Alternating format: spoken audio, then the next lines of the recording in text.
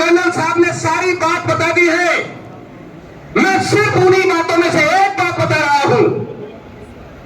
10 सितंबर को तो कैथल जाना है, पर 10 दिन का टाइम है उन राजनीतिक जोकरों को जो अलग अलग पार्टियों में बैठे।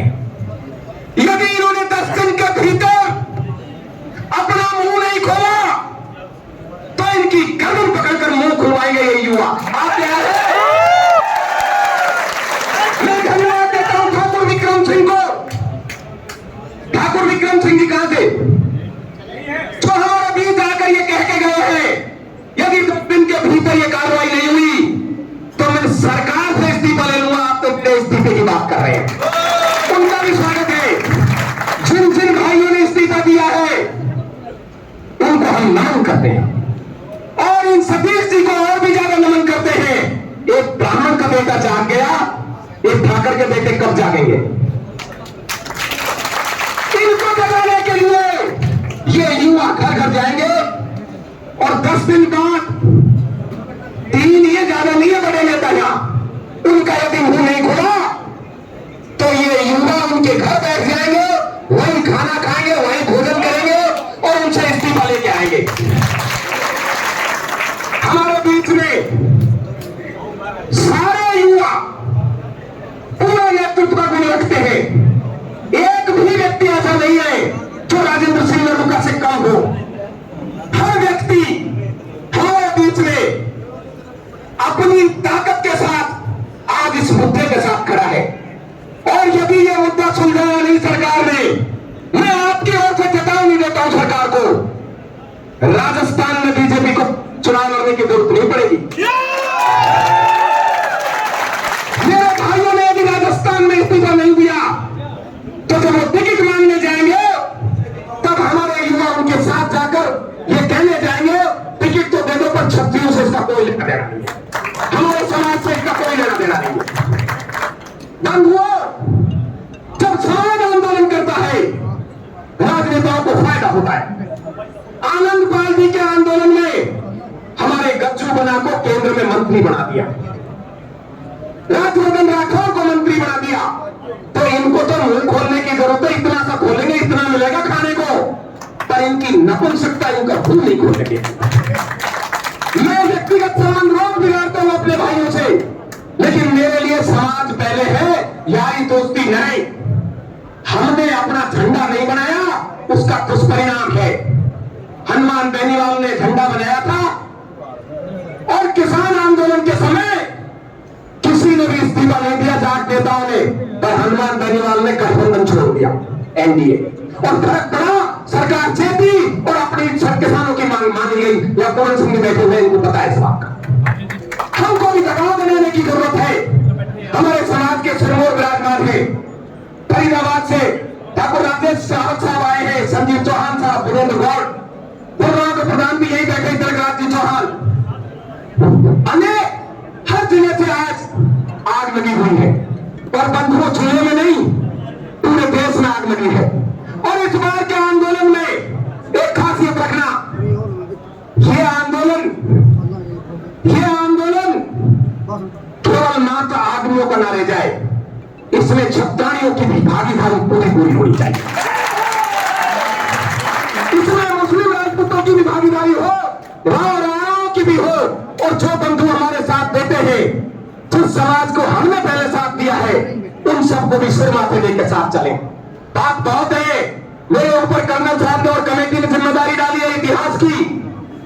मैं आपको वादा करता हूं क्षत्रिय राजेंद्र सिंह नरूका लिखना भूल जाऊंगा यदि कहीं भी नीचे आ जाएगी तो आप।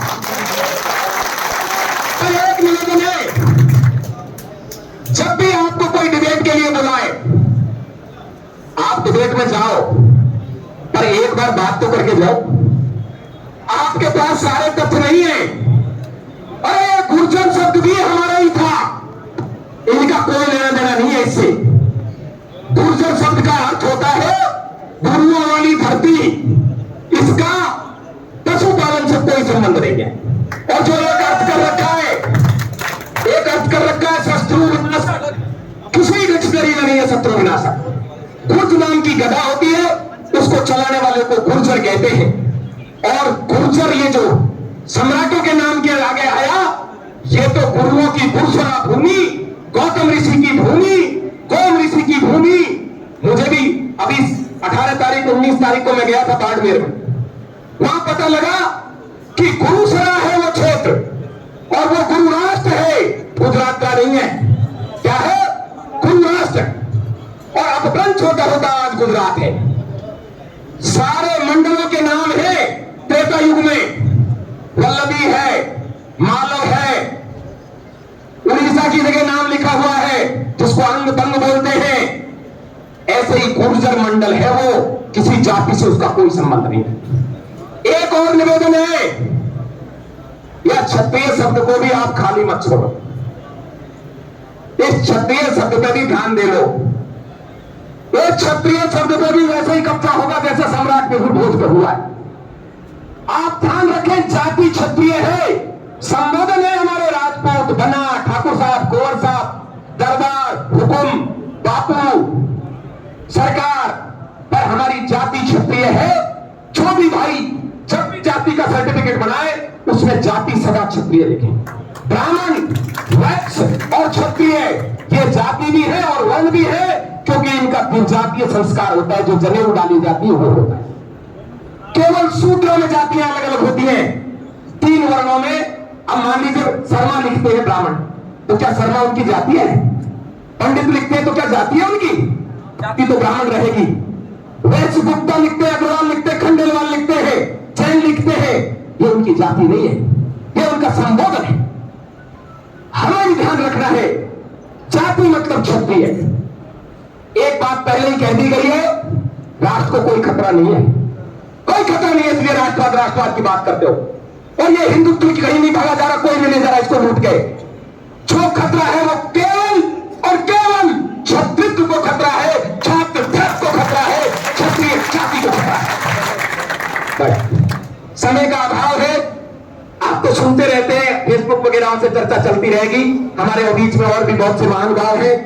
मैं सबका बहुत बहुत धन्यवाद अदा करता हूं और साथ ही साथ एक जयकारे के साथ बोलिए सम्राट मिहिर भोज प्रतिहार की जय, सम्राट पृथ्वीराज चौहान की जय, सम्राट अनिल तोमर की जय। धन्यवाद।